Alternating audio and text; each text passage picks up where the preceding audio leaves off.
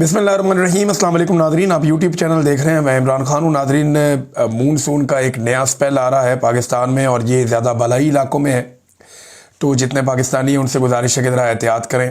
ख़ास तौर पे जो लोग अभी वैसे सैर व सियाहत का सीज़न तो ख़त्म हो गया, लेकिन फिर भी जो लोग ट्रैवल करें वो ज़रा एहतियात करें। 16 से 19 सितंबर तक, यानी 2 दिन के बाद ये स्पेल शुरू होने जा रहा है और 19 तक, अगले 3 दिन तक, ये 3-4 दिन ये जारी रहेगा, तो आप लोग बहुत एहतियात करें।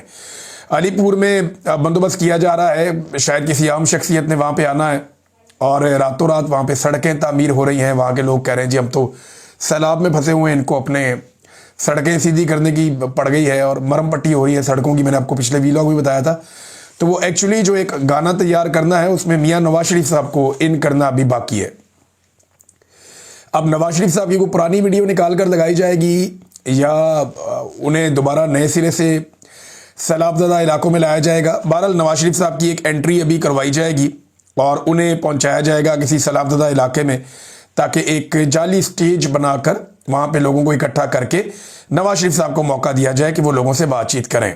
तो ये एक तरह की रीलॉन्चिंग होगी मियाँ साहब की। तो अलीपुर में कुछ बंदोबस्त किए जा रहे हैं, मे भी मियाँ साहब आएँ, हो सकता है वो वहाँ पे ना आए, मरीम नवाज पहुँचे या कोई और वहाँ पे पहुँचे, या शहबाज शरीफ किसी बैनुल-अक़वामी शख्सियत को लेकर पहुँच जाएँ पैसे इकट्ठे करने के लिए। लास्ट टाइम आपको याद है ये अक़वाम मुत्तहिदा के सेक्रेटरी जनरल को लेकर आ गए थे कि जनाब देखिए हम तबाह हो गए, बर्बाद हो गए, सब लुट गया, ख़त्म हो गया। फिर इनको जो पैसा मिला वो पैसा भी इन्होंने सैलाब मुतासरीन के ऊपर खर्च नहीं किया। ये एक बंद की मैं तस्वीर देख रहा था, ड्रोन से तस्वीर बनाई हमारे एक दोस्त ने, बड़ी दर्दनाक तस्वीर है। पूरा एक बंद है, दोनों तरफ उसके पानी है और लोग ऐसे उसके ऊपर भरे हुए हैं। एक क़यामत सुगरा का एक मंजर है, खुला आसमान है, ख़वातीन रो रही हैं, बच्चे रो रहे हैं, बड़े बड़े जवान जो हैं वो बिलक के रो रहे हैं, परेशान हैं कि हम जाएं कहाँ पे। इतनी बेबसी है लोगों की, और हुकूमत जो है वो सिर्फ एक मखसूस बंद के इलाके में वहाँ जाती है, एक ख़ास एरिया पहले सेलेक्ट किया जाता है, वहाँ पे इंतज़ामिया पहुँचती है, सिक्योरिटी सारा बंदोबस्त हो जाता है, फिर हुकूमत के लोग पहुँचते हैं, वो वहाँ पे अपनी टिकटॉक बनाते हैं और निकल जाते हैं।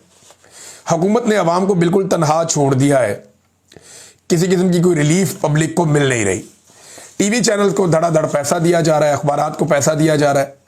यानी अखबारात अगर आप देखें तो पहला जो पेज है पूरा का पूरा वो इश्तिहारों से भरा हुआ होता है। महकमा मौसमियात का इश्तिहार लगा हुआ था नवाए वक्त में, मैं हैरान हो रहा था आधे सफ़े का। ज़रूरत क्या है उसकी?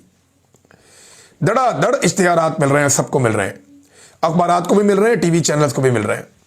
बस उनको ये कहा गया है कि आपने तबाही और बर्बादी नहीं दिखानी। 1-2 टीवी चैनल्स ने ब्लैकमेल करने के लिए कोई रिपोर्टें शिपोर्टें चलाई, फिर उसके बाद उनको इश्तिहारात दिए गए, डाउन चला गया मामला। आप ज़रा सोचें कि ये जो तबाही और बर्बादी डिजिटल मीडिया अपने बहुत थोड़े से फंड से दिखा रहा है। यानी डिजिटल मीडिया का एक जर्नलिस्ट जो है उसके पास क्या होता है? एक ऐसे मोबाइल फ़ोन होता है, एक सिंपल, एक माइक होता है और बस कुछ नहीं। वो उसके साथ कवरेज करता है। सैलाब ज़दगान के साथ ही वो कहीं रोटी खा लेता है, वहीं पे कहीं रात गुजार लेता है, उठता है, फिर वहीं पे काम शुरू कर देता है।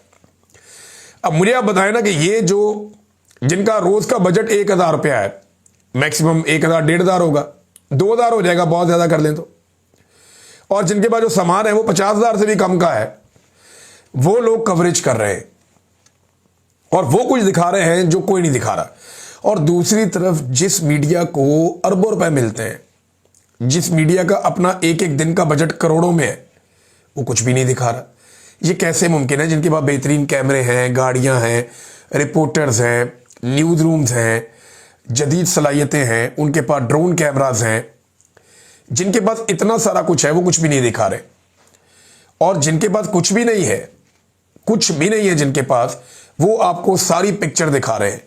मतलब ये है कि इस वक्त पाकिस्तान के मीडिया को जो पैसा दिया जा रहा है, उनके जो पेट भरे जा रहे हैं, उसके पीछे एक ही मकसद है कि आप हुकूमत की तरफ कारकर्दगी बताएं, आपने तबाही और बर्बादी बिल्कुल नहीं दिखानी। यानी मैंने ये मंजर भी देखा कि वहाँ पे डिजिटल मीडिया के लोग पहुंचे, उन्होंने जाकर पूछा जी कश्तियाँ क्यों खड़ी हैं, लोगों को रेस्क्यू कीजिए, आप होकर आ रहे हैं। हम प्राइवेट कश्ती लेकर गए थे, हम देख कर आए, बहुत लोग फंसे हुए, उनको निकालें वहाँ से। यानी हमने जो कश्तियाँ भेजी, हमारी अल्हम्दुलिल्लाह अब 5 या 6 कश्तियाँ हो गई हैं। हम जहाँ कश्ती मिलती है हम लेते जा रहे हैं और पहुँचाई जा रहे हैं। तो हमारी कश्तियाँ जो हैं वो लोगों को निकाल निकाल के बाहर लेकर आ रही हैं। जो अपना घर देखने के लिए जाना चाहते हैं या कोई सामान लेकर आना चाहते हैं तो हम उनको भी लेकर जाते हैं, फिर वापस लेकर आते हैं। तो अगर हम लोग ये काम कर पाते हैं तो गवर्नमेंट क्यों नहीं कर रही? वो तो नहीं कर रही है काम। उनसे पूछा कि जी आपकी कश्तियां क्यों खड़ी हैं, इनको चलाएं। मैंने तो ये बोला सारी टीम को कि आपने कश्तियां रोकनी नहीं है, इनको चलाई जाओ, बस इनको चलाते रहो। सिर्फ उतनी देर इंजन को रेस्ट आपने देना जितनी देर कोई काम कर रहा है, उतर रहा है, चढ़ रहा है, बस आप कश्तियों को चलाओ। खराब होती है, टूटती है, जो भी है, लोगों को आपने बचाना है।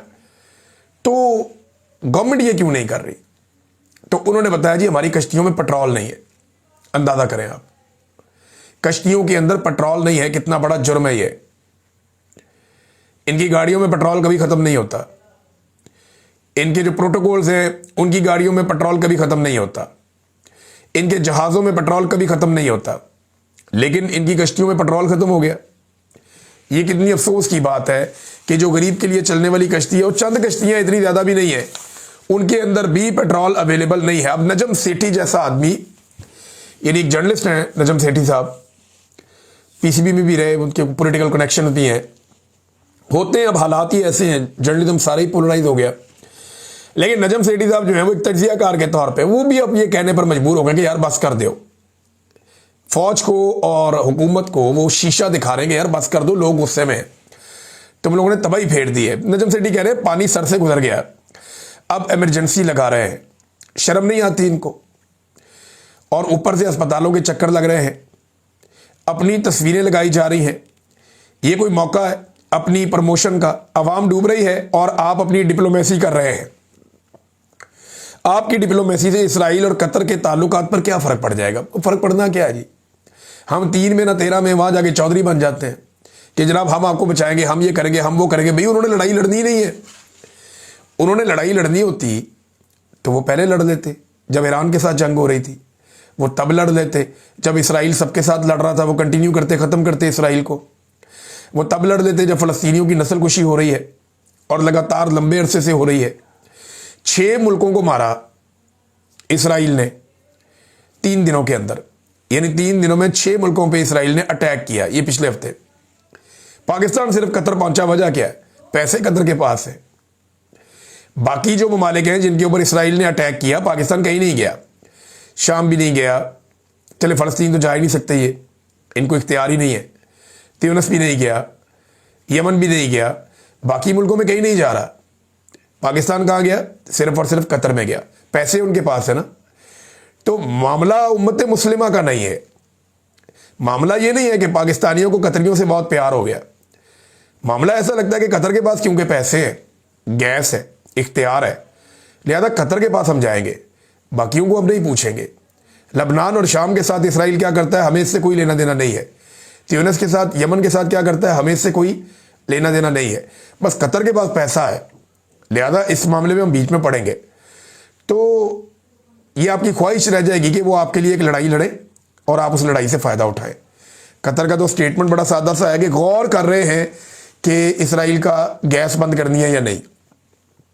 अभी भी वो गौर कर रहे हैं, तो वो अपने फ़ायदे और नुकसान को जानते हैं, आपसे बेहतर जानते हैं। कभी वज़ीर आज़म पहुँच जाता है, कभी आर्मी चीफ चला जाएगा, अब कभी वो चला जाता है, क्या नाम है, डिप्टी वज़ीर आज़म चला जाता है, वो पहुँच गया। तो ये तो नाज़रीन पाकिस्तान के हालात हैं और मुँह कोई लगाता नहीं है। सदर पाकिस्तान ऐसे हालात में पहुँच गए जनाब, चीन चाइना के दौरे पे, पहले वो लंबा चौड़ा वफद लेके पहुँच जाते हैं, पीछे से जनाब उनका बेटा और बेटी भी पहुँच गए एक प्राइवेट तैयारे में, एक निजी प्रवास के जरिए से। पूरे जहाज में कोई नहीं, ये बहन भाई अपना प्रोटोकॉल लेके ये भी पहुँच गए, शंघाई पहुँच गए अपने वालिद के पास। फैमिली टूर बनाए हुए हैं नाज़रीन इन्होंने, अवाम का पैसा लग रहा है और फैमिली टूर बने हुए हैं। ये अपनी लाइफ इस वक्त फुल इंजॉय कर रहे हैं। वजह यह है कि मिलिट्री एस्टेब्लिशमेंट को इन्होंने फंसा लिया है। ये जानते हैं कि इमरान खान मिलिट्री एस्टेब्लिशमेंट को कान पकड़ा देगा और मिलिट्री एस्टेब्लिशमेंट इमरान खान से सहमी हुई है। लिहाजा यही मौका है हमारा कि हम जो मर्जी लोशे करें, हमें ना एस्टेब्लिशमेंट छेड़ सकती है। अवाम में तो वैसे ही हमें वोट नहीं डाला तो उनकी क्या औकात है। दूसरा, हमें पूछने वाले इस मुल्क में कोई नहीं है, अदालत हमने काबू कर ली है, चलो मौजा करिए। ये तो मौज मस्ती में लगे हुए हैं। दूसरी तरफ देखें ना, एक खानदान है वो मरी जाके बैठता है, वो पुलिस सारी पंजाब की मरी पहुंच जाती है। ये जरा खबर देखें आप कि मरी के अंदर स्पेशल सिक्योरिटी के ऊपर पुलिस वाले पहुंचाए गए और जीका गली के अंदर जो एमसी स्कूल है उसके अंदर पुलिस वाले जाके ठहरे, क्योंकि बंदोबस्त कोई नहीं था ना, स्कूल के अंदर ही ठहरा दिया। जो बच्चे जहाँ पढ़ने जाते हैं स्कूल में, जीका गली, वहाँ पे पुलिस वालों को ले जाके उधर बैठा दिया कि आप स्पेशल ड्यूटी पे आए, यहाँ पे शहजादे शहजादियाँ आते हैं, राजकुमार राजकुमारियाँ आती हैं, लिहाजा यहाँ पे जो है वो आपने ड्यूटी देनी है, तो आपको ठहराने का बंदोबस्त इस स्कूल में कर दिया गया। अब वो आर्जी तौर पे स्कूल में पुलिस वाले आ गए, बच्चे सुबह स्कूल पहुंचे तो पता चला जुम्मे वाले दिन छुट्टी है, जाओ स्कूल में जगह नहीं है, पुलिस बैठी हुई है। ये दुनिया के किसी मुहज़्ज़ब मुल्क में हो सकता है? पाकिस्तान में ये हो रहा है बदकिस्मती से, हम होता हुआ देख रहे हैं। वफाकी वजीर ये मशवरा देते हैं, जनाब आलू महंगे हो गए ना, आलू का बाइकआउट कर दो, कौम आलू खाए ही ना, आलू अच्छा है ही नहीं।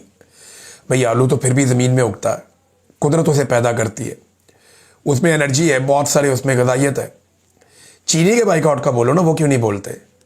क्योंकि शुगर मिल माफिया आपके बॉसेस हैं। चीनी के खिलाफ बात करो। अगर कोई एक चीज़ जो इंसानों के खाने के लिए आज के दौर में सबसे ख़तरनाक है तो वो चीनी है। चीनी का इस्तेमाल जो है वो आपको बेशुमार बीमारियों का शिकार करता है।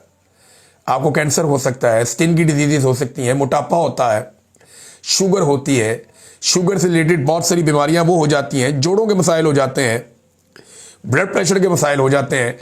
जितनी बीमारियां चीनी के नाम से जो केमिकल मार्केट में बिक रहा है, एक्चुअली ये केमिकल है ना, चीनी केमिकल से बनती है। आप मुझे बताएं ना ये कैसे बनती है, क्या कोई जानता है?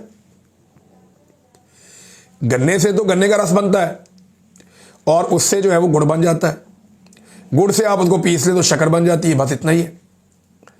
लेकिन चीनी कैसे बनती है कोई जानता है? ये केमिकल्स डाले जाते हैं, उसका रंग उड़ाया जाता है, उसको सफ़ेद रंग के क्रिस्टल में जो तब्दील किया जाता है, ये केमिकल्स हैं जो करते हैं। और ये केमिकल्स आपके जिस्म पे वो नुकसानात पहुंचाते हैं जिनसे आप कभी बाहर नहीं आ सकते, नाकाबिले तलाफी नुकसानात पहुंचाते हैं। तो चीनी का तो एक दाना भी जहर है, उसका बाइकआउट हम नहीं करते।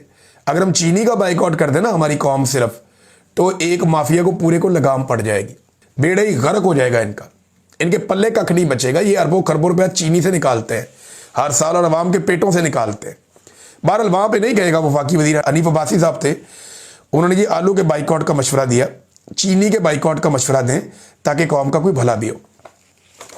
नाज़रीन, पाकिस्तान तहरीक इंसाफ ने एक नया मिशन शुरू किया है और ये पाकिस्तान तहरीक इंसाफ का इनिशिएटिव है और सोशल मीडिया के ऊपर अब इसे देख रहे हैं। अहमद खान साहब हैं कनाडा में, गालिबन उन्होंने इसका आगाज़ किया था और उनका आगाज़ जो है वो अब फैलता जा रहा है। ये है मिशन नूर। ये क्या है, सिंपल मैं आपको करूं तो ये है कि अनाउंसमेंट ये की गई है कि 20 तारीख को, 20 सितंबर की रात को पाकिस्तान में 9 बजे तमाम लोग अपने घरों की छतों पर आएँ और आज़ान दें और उसकी वीडियो बनाकर सोशल मीडिया पर डाल दें। सोशल मीडिया पे इसलिए डाल देंगे सारी दुनिया को पता चल जाए कि लोग आज़ान दे रहे हैं, वो एक तहरीक बन जाए। और आज़ान देने का मतलब यह है कि अल्लाह रब्बुल इज़्ज़त से इस जालिम रजीम के ख़िलाफ़ मदद मांगना, यानी जालिम हुक्मरानों से निजात के लिए दुआ है ये एक, कि हम अल्लाह को पुकार रहे हैं।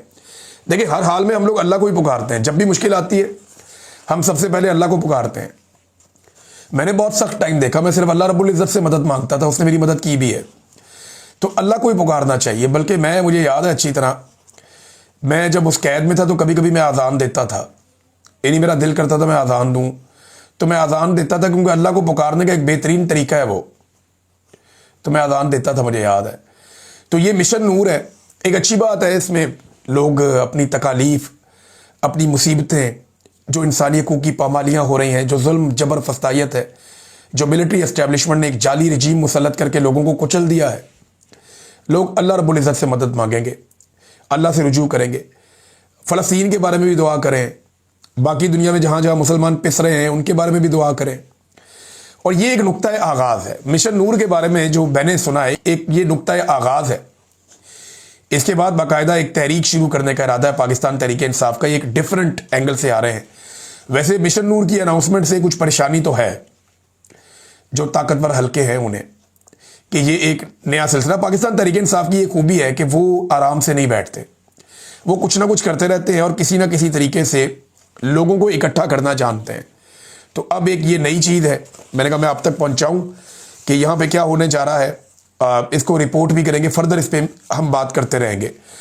नादरीन, शहबाज राणा साहब हमारे एक बड़े अच्छे जर्नलिस्ट हैं, बिल्कुल किसी किस्म की कोई कंट्रोवर्सी उनके हवाले से नहीं है, मैं बड़ी अच्छी तरह उन्हें जानता हूँ।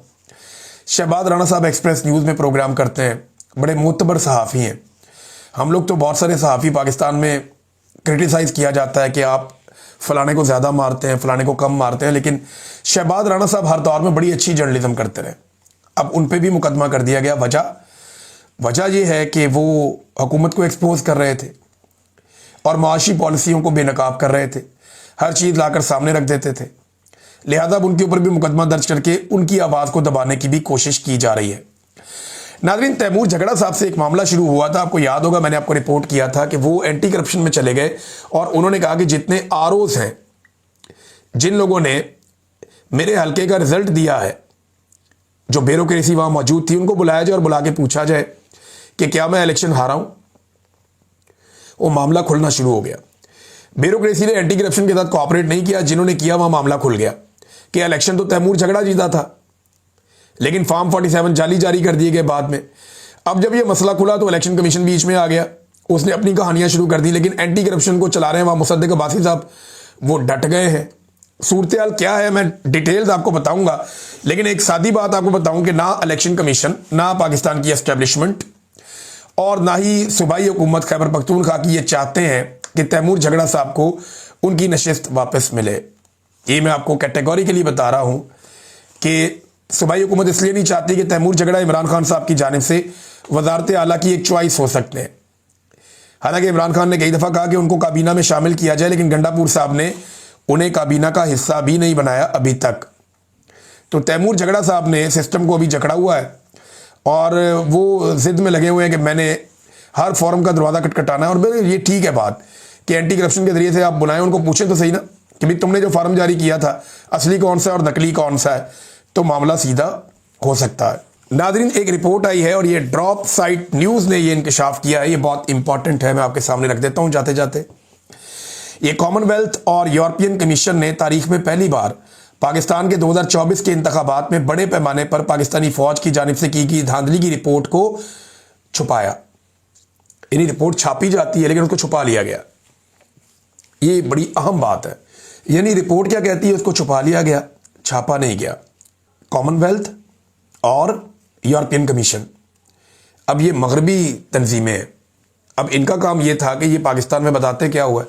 वो रिपोर्ट क्या कहती है, अब ये इंकशाफात सामने आए हैं और ड्रॉप साइट न्यूज़ ने इंकशाफात किए हैं। वो बताते हैं कि 2024 के इंतखाबात में बड़े पैमाने पर धोखाधड़ी हुई, जिसकी वजह से मिलिट्री एस्टेब्लिशमेंट की हमायत याफ्ता पार्टियों को अवाम की मर्जी के खिलाफ हुकूमत दी गई। वोटर ने जेल में बंद साबिक वज़ीर-ए-आज़म इमरान खान की पार्टी तहरीक इंसाफ के हक में बड़ी तादाद में वोट दिया, लेकिन बज़ोर ताकत नताइज को तब्दील कर दिया गया। कॉमनवेल्थ की रिपोर्ट में कहा गया कि हुकूमत ने लोगों के बुनियादी हुकूक जैसा कि आज़ादी इज्तिमा, आज़ादी इज़हार राय और तंजीम बनाने की आज़ादी को पामाल किया। पाकिस्तान की मिलिट्री एस्टेब्लिशमेंट ने कॉमनवेल्थ से इस रिपोर्ट को दबाने की दरख्वास्त की, जिसकी हैरानकुन तौर पर उस वक्त की कॉमनवेल्थ की सेक्रेटरी जनरल पैट्रिशिया स्कॉटलैंड ने इसकी तामील की और एक ऐसी रिपोर्ट को दबा दिया जो पाकिस्तानी फ़ौज की हमायत याफ्ता हुकूमत के इक़्तिदार को बरकरार रखने के लिए बड़े पैमाने पर इंतखाबी धोखाधड़ी को उजागर करती थी। ये कॉमनवेल्थ की 70 साल तारीख में पहला मौका है कि उसने अपनी इस तरह की इंतखाबी रिपोर्ट को छुपाया। ये बहुत अजीब चीज़ है। कॉमनवेल्थ सेक्रेटेरिएट की रिपोर्ट को 8 फरवरी 2024 इंतखाबात के चंद रोज़ बाद शाया होना चाहिए था, लेकिन ये आज तक कॉमनवेल्थ की वेबसाइट से गायब है। ये कॉमनवेल्थ की 70 साल तारीख में पहला मौका है जब इसने रिपोर्ट शाया नहीं की। फ़ौज की हमायत याफ्ता हुकूमत ने लॉबिंग की कि वो इंतखाबी निगरानी के नताइज को नुमाया ना करे, जो नई आने वाली हुकूमत के लिए शर्मिंदगी का बायस बन सकते हैं और इनकी कानूनी हैसियत को कमज़ोर कर सकते हैं। फ़ौज की दरख्वास्त के बाद कॉमनवेल्थ ने यह किया। अब आप अंदाज़ा करें नादरीन, ये हालात हैं। फिर उन्होंने बताया जी पाकिस्तान के अंदर क्या हो रहा है, किस तरह की आमरीत है, किस तरह तशद्दुद, क्रैकडाउन, कत्ल, सहाफ़ियों के बैंक अकाउंट बंद कर दिए गए हैं, वर्कर पर तशद्दुद किया जा रहा है, इमरान खान पर सैकड़ों जाली मुकदमात हैं, ख़वातीन से बदतमीज़ी और तशद्दुद किया जा रहा है, बच्चों के साथ भी यही हो रहा है। तो कॉमनवेल्थ और इलेक्शन ऑब्जर्वर ग्रुप की रिपोर्ट 2 बड़ी रिपोर्ट्स में से एक थी जो बज़ाहिर गैर जानिबदार बैनुल अक़वामी मुबस्सरीन ने तैयार की थी। दूसरी रिपोर्ट यूरोपीय यूनियन के माहिरीन मिशन की थी, वो रिपोर्ट भी कभी शाया नहीं हुई। ये पाकिस्तानी जमहूरियत की गैर मुल्की निगरानी की तारीख में पहला मौका है कि कॉमनवेल्थ और यूरोपीय यूनियन दोनों ने अपनी रिपोर्ट शाया करने से इनकार कर दिया। आप अंदाज़ा करें कि मिलिट्री एस्टेब्लिशमेंट ने बैनुल अक़वामी रिपोर्टें रुकवा दी। पाकिस्तान में जो जुल्म हुआ, जो बर्बरियत हुई, उसको पब्लिक ही नहीं होने दिया। ये न्यूज़ आई है। अब तक के लिए इतना ही। अपना ख्याल रखिएगा, अपने चैनल का भी। अल्लाह हाफ़िज़।